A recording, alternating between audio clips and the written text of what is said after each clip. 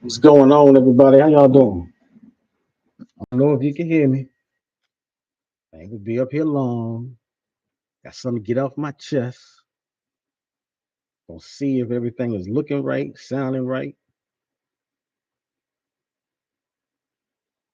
Just a quick little thing. Let me see if I got sound. You know this thing you don't never know. So after you,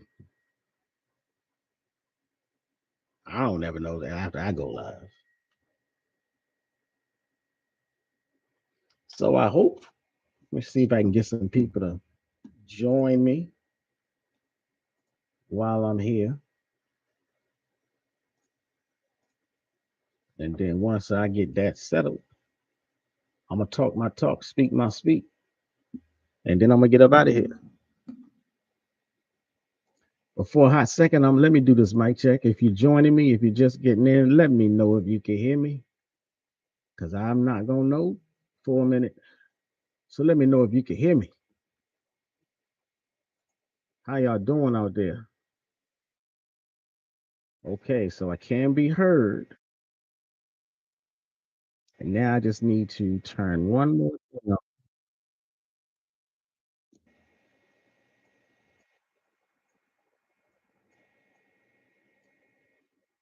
Yeah, I don't know how to flip this. So sorry that my screen is reversed.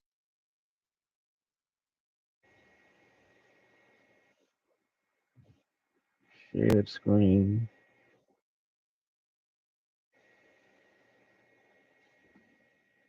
It's always something when you deal with this software.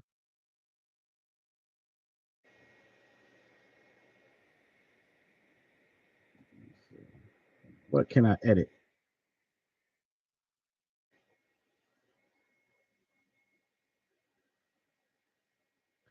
No control over. Okay, so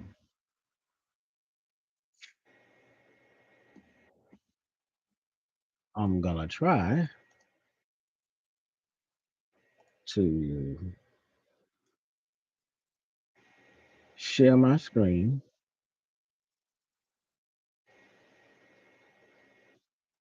and then we will get it started.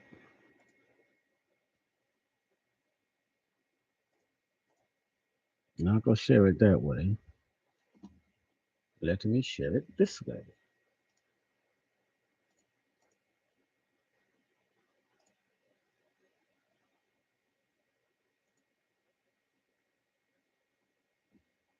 So, can y'all see this yet? You see the screen share?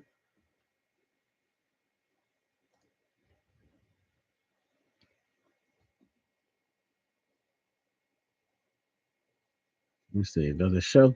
Okay, it's halfway there.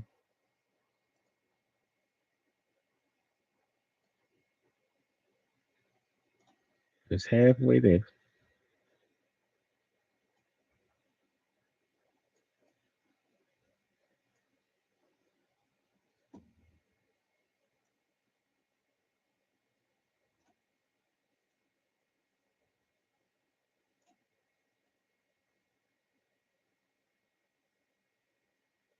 Okay.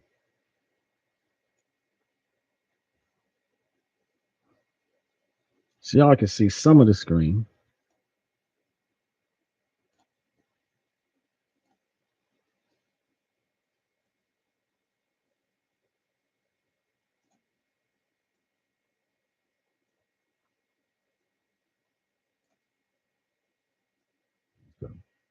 So you can see what's on the screen, ladies and gentlemen. How y'all doing out there this evening, this afternoon? I'm not gonna be up here long, and I know I'm gonna have to like cut this video so you can see more. Let me see if I got any other tricks in my bag. Let me see what split screen look like. Split screen don't look that much better, but it do look a little bit better. So I'm up here for a hot second, and I just wanted to say, you know, I got to get this off my chest. So what I wanted to talk about, and I'm also delaying this because I want to see if YouTube is sending off any notifications. I want to see if anybody is going to jump online. I really got to, every time I jump online, every time I go live on my phone, I get a bunch of people jumping in. And every time I go live on the computer, I don't get too much. So I'm trying to see if there's anything I can do to switch this up.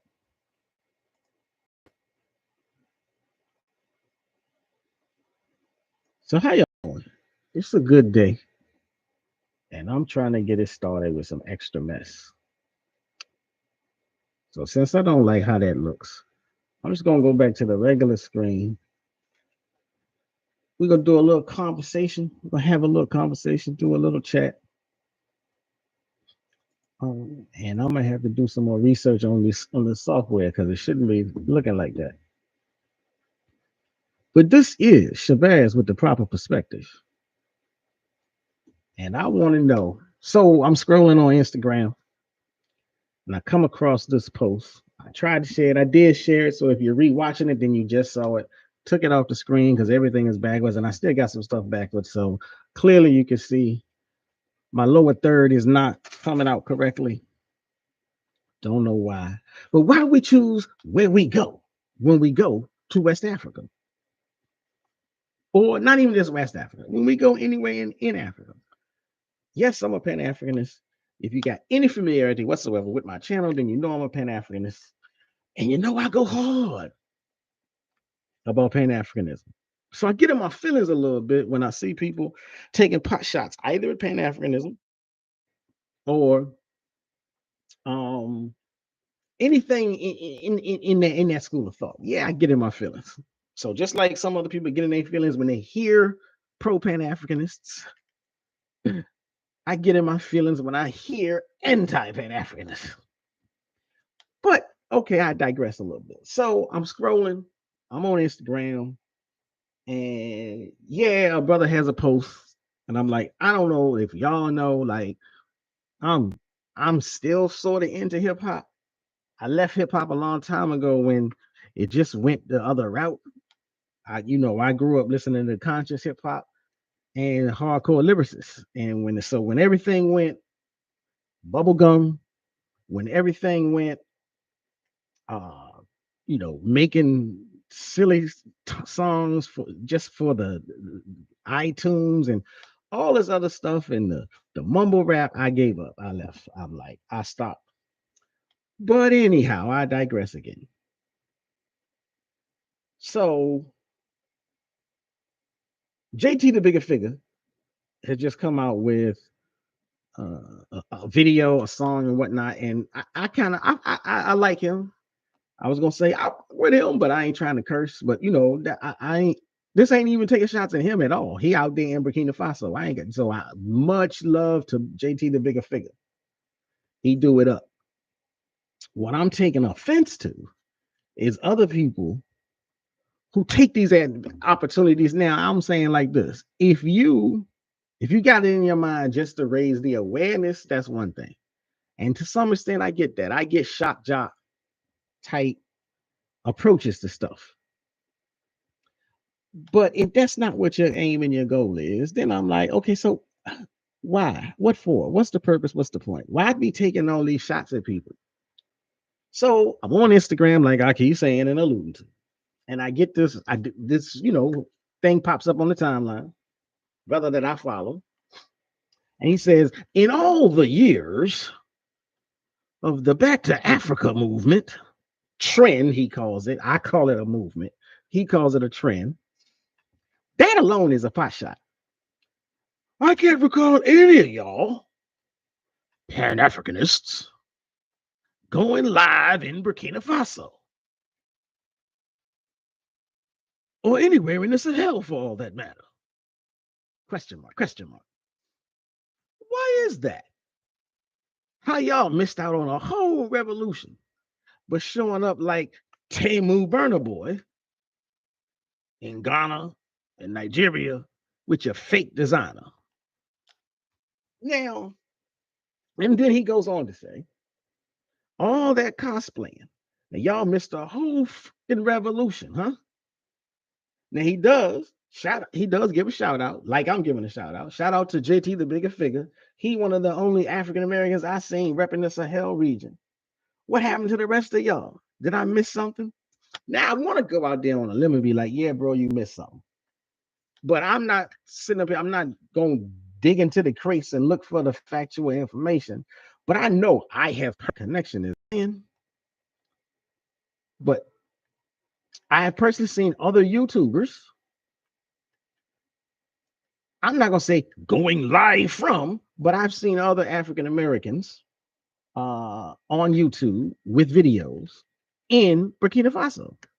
So I'm like, okay, maybe it's just a situation of me, I saw something and he didn't. Because if I wasn't like tuned into JTtheBiggaFigga, I would not know that he was out there in Burkina Faso. So it could just very well be, you know what you know, and you don't know what you don't know. Fine, that's cool, all good, good. That's all hot and dandy. But I got a problem. Aside from that, I still do have a problem. Because folks out here trying to shame Pan-Africanists. This is my problem. People trying to shame Pan-Africanists, and we get it from all sides. And we get it just for the school of thought in and of itself. People try to shame Pan-Africanism is dead. That alone gets on my nerves. So maybe I'm a little sensitive right now. But so now, not only are we fighting this thing where we're trying to defend the idea and get people to raise their awareness and consciousness and understand the value, power, and the strength of Pan-Africanism. Now we got to take shots at people because you didn't go to the country of choice, the country of selection, the country who makes news on a given day. So now, even if you have gone to Africa, even if you have gone to a West African territory, even if you're on the ground, if you're not in the Sahel, now you're still being called fake. So because you're not in Burkina Faso right now, during this revolutionary moment, if you ain't went in the past 3 years since Ibrahim Traore took over, then you are fake. This mindset, again, maybe it's just shock jock bravado for the algorithm. But even if it is, this combo needs way more nuance than such a simpleton's approach. Now, to be perfectly frank, to be honest, to be factual, many Pan-Africanists, many of us, many travelers, call it that, many Black American travelers who do have a interest, have a joy, have a love for traveling and visiting the continent. Many of us have considered the Sahel. Many of us have looked at the Sahel. Me personally, I've looked at the Sahel. I've looked at Burkina Faso, actually, because when I took my DNA test, it said that on my father's side, that's where my DNA traces to. So I've been looking at Burkina Faso for a couple of years, several years. I was looking at it before Ibrahim Traore took over. But this is the nuance. Whether you're looking at Burkina Faso, Ghana, Egypt, Senegal, Sierra Leone, Liberia, everybody makes decisions based on what moves them. This ain't about clout. This ain't about trends. Now, like I said, I'll continue saying, shout out to JTtheBiggaFigga. I can't have nothing but respect for him on the ground doing that work. But him being in Burkina Faso don't erase somebody else's journey. Doesn't null and void somebody else's intentions, somebody else's work, their sacrifices. We're supposed to be finding ways, figure out ways, whether we just passively on social media, whether we're trying to be intentional with our content creation. But we should be trying to find ways to build unity, not hierarchy, not gatekeeping, not disrespect. Now, okay, if you feel me, if you in the chat, if you watching the replay, what have you, where would you go in Africa and why? That's what I want to know. If you're the kind of person that says, well, y'all didn't go to Burkina Faso, so you're not real with your intentions. If Burkina Faso wasn't in the news, if the Sahel wasn't in the news, where would you be? Because, if you want to take a pot shot at somebody for not going to Burkina Faso, clearly you're just taking advantage of the news cycle. Because before Burkina Faso got into the news cycle, there's been other hot spot areas on the continent where revolution is taking place. I don't hear you. I ain't see you. Your timeline, your account ain't never popped up into my feed. And you was encouraging people to go to the Sudan or the South Sudan. They got revolutions going on. I don't see you putting down anybody because they didn't go to the DRC. They got a revolution going on. You just happenstance taking pot shots for the sake of the algorithm, not for the sake of building and raising awareness. That's what it is. And that's my problem. That's why I'm so hot and bothered over the situation. So yeah, I'm responding right now to this post on Instagram criticizing Pan-Africans. You're criticizing Pan-Africans because they went to Ghana and not Burkina Faso, because they went to Nigeria instead of Mali.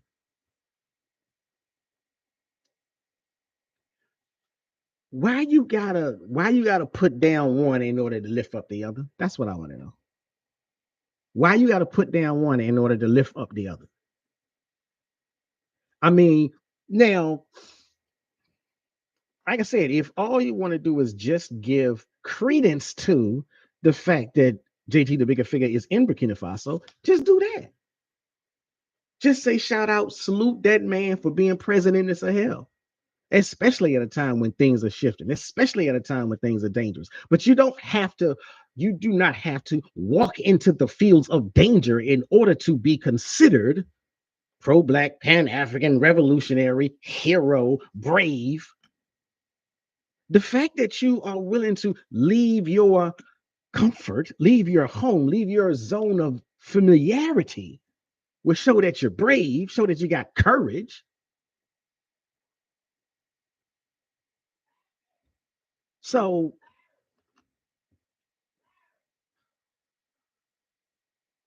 here's what bothers me about the whole argument, the conversation, the discussion. And let me make sure that my sound is still right. If you're here, let me see. Shout out to Paul Damiano for being in the chat. Let me see now. Normally what I try to do is I try to pin their comments. When people come into my chat, I like to pin their comments and give them a little airtime, so to speak. So Paul Damiano says, "Hey man, you are a genius. Much respect. I love your content all the time. Appreciate that." And shout out to Malawi Sphere TV. Who says I'm very much impressed. Thank you for that. Let me pin that. I'm gonna be honest with you while I'm up here. I only know how, like I'm literally live today directly on YouTube. So I only know how to pin a comment in the chat right now. Now, with the other software that I use, I can usually not only pin a comment, but I can flash their comments across the screen. Shout out to Meme Token TV, who says a lot of people on the bandwagon, brother, but they don't know this started centuries ago. That's true. Now they want to claim this or that, but you're foreign if you think in that manner and don't know African society. Well, there you go. That's true too. So shout out to Meme Token TV. Shout out to Paul Damiano. Now I'm shouting these out, and I also got to say, if you're listening to me, check out their channels as well. So starting to think like a foreigner if you assume borders govern tribal clans. Ain't no start there. I know a lot of people think like that. Once all people from the West understand some languages are spoken in multiple countries due to migration and marriage for thousands of years, this is not a 200-year culture, it's thousands of years old. Shout out to that. I get that. I was actually doing a little research because I'm about to do a show. I'm about to have a conversation here on YouTube about the borders and the languages because people really do need to understand, in multiple countries all across the continent because of the Berlin Conference. They drew the borders where they wanted, and they literally split entire kingdoms. They literally, like, kingdoms were to some extent, and you can correct me if I'm wrong, kingdoms were essentially before the Berlin Conference, before the coming of the white folk. The kingdoms and the empires were set up by indigenous African means, with indigenous African standards. And so you had a Yoruba kingdom that stretched and had its own territory. They had their own boundaries and borders, for instance. And when the white folk came in, they just split it. So part of the Yoruba kingdom ended up in Nigeria. Part of the Yoruba kingdom ended up in another country. Part of the Akan territory was in Ghana. Part of it was in another country. So that alone, you will have this ethnicity who speaks its own language, and you will see it covered in 2 or 3 different countries because that's how vast the original empire was. I wish I knew how to make this thing go, what you call it, see, I should have used my other software. The other software I could let people come online and we could do one-on-one on the screen and whatnot. Meme Token TV says libation is still poured in quiet for the gods you know nothing about. That's right. It starts with learning the culture and not interjecting what some feel. I appreciate all those who know now and see Africa.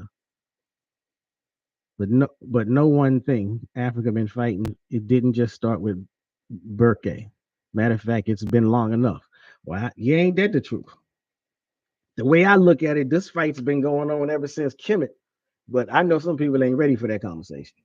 But for a hot second, I do, like I said, I appreciate everybody's comments. I appreciate you watching and tuning in.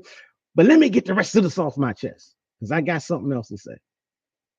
I got this other thing. I got to get this, like as I was saying about, I give a shout out to JTtheBiggaFigga for doing what he doing.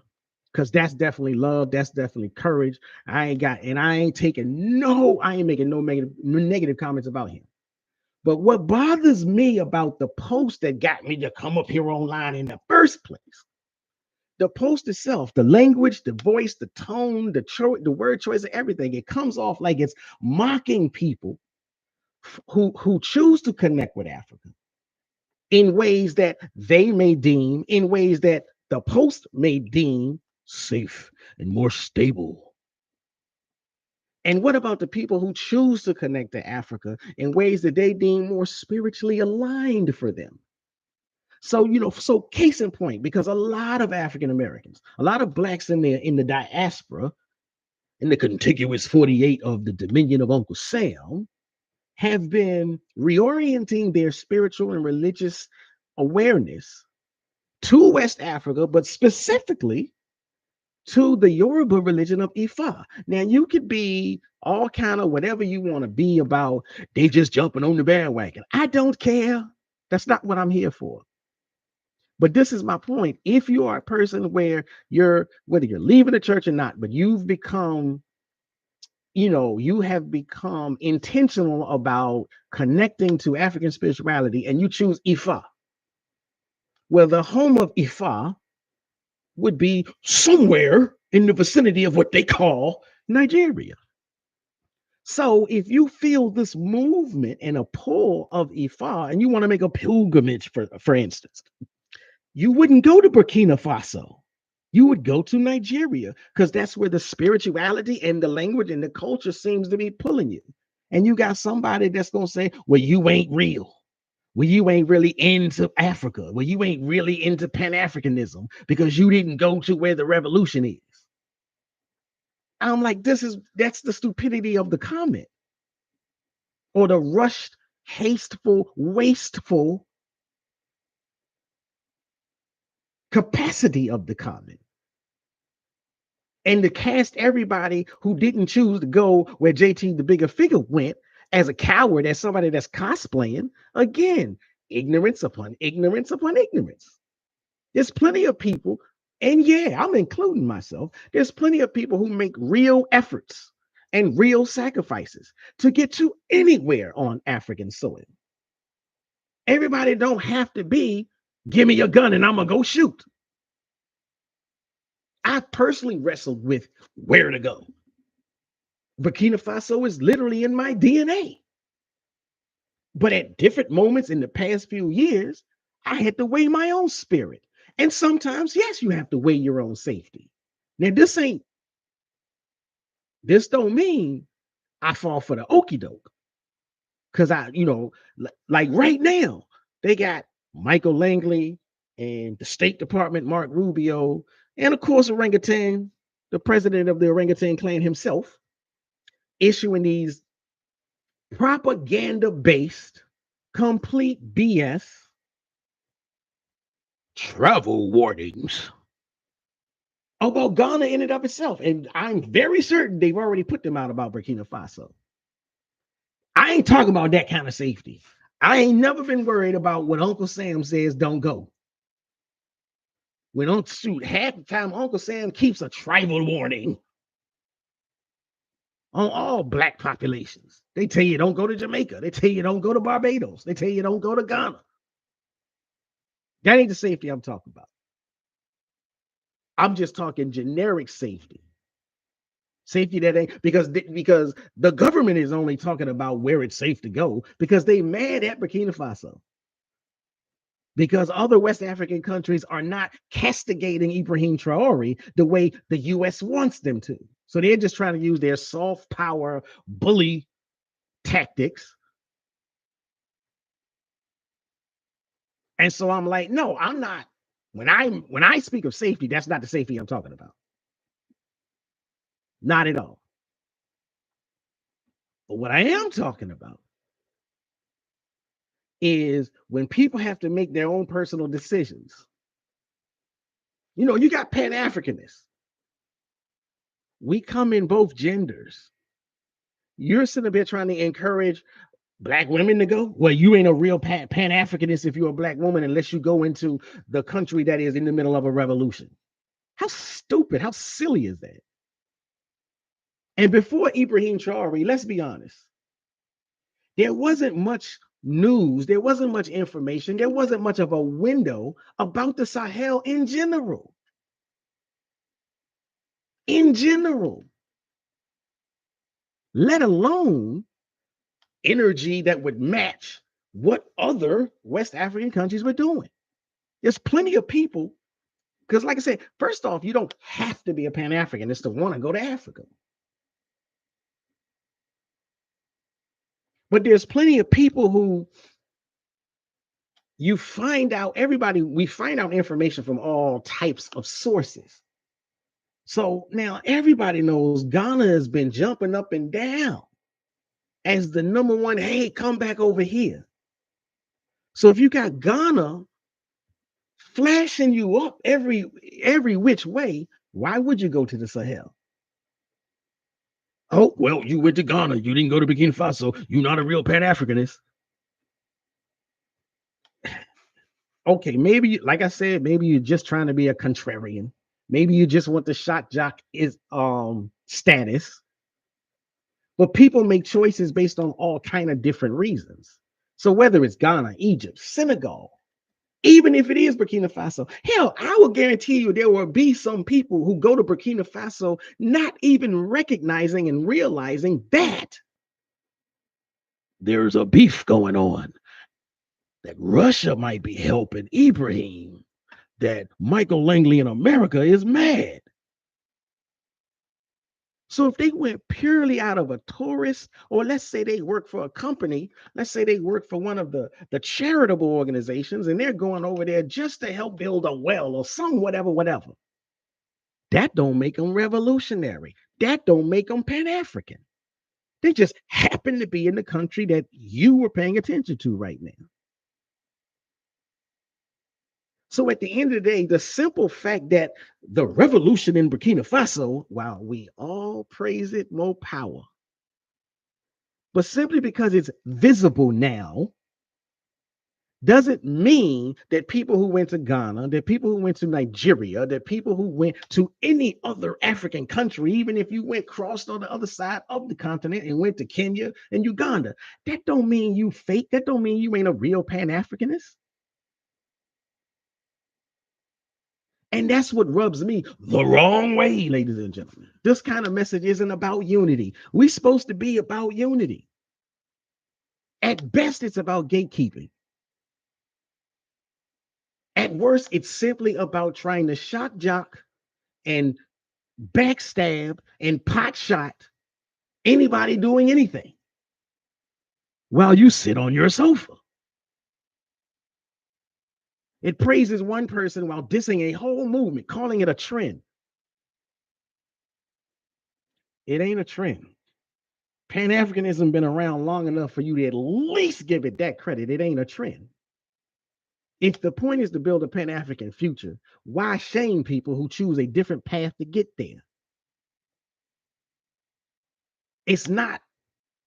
It's Pan-Africanism. It's not Pan-Burkina Fasoism. It's not Pan-revolutionary spotism. Why assume that they're just a tourist cosplaying because they didn't choose the most dangerous path? It's brothers and sisters that have gone to various African countries and are on the ground building platforms so that the rest of us can find out, learn, and make decisions on whether or not we want to come. They're active Pan-Africanists.